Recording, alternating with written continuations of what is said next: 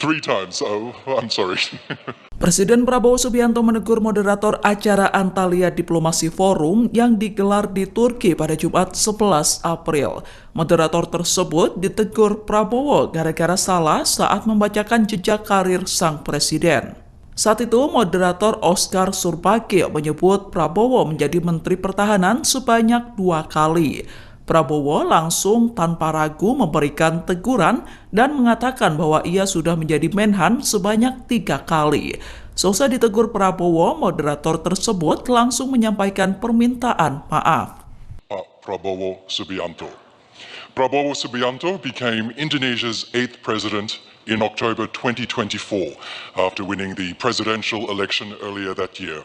A former military general and businessman, he received an international education before graduating from the Indonesian Military Academy in 1974 and quickly rose through the ranks of the Army's elite special forces. Transitioning to politics, he co-founded the Gerindra Party in 2008 and ran for president twice before he was appointed defense minister in 2019. Three times, oh, I'm sorry.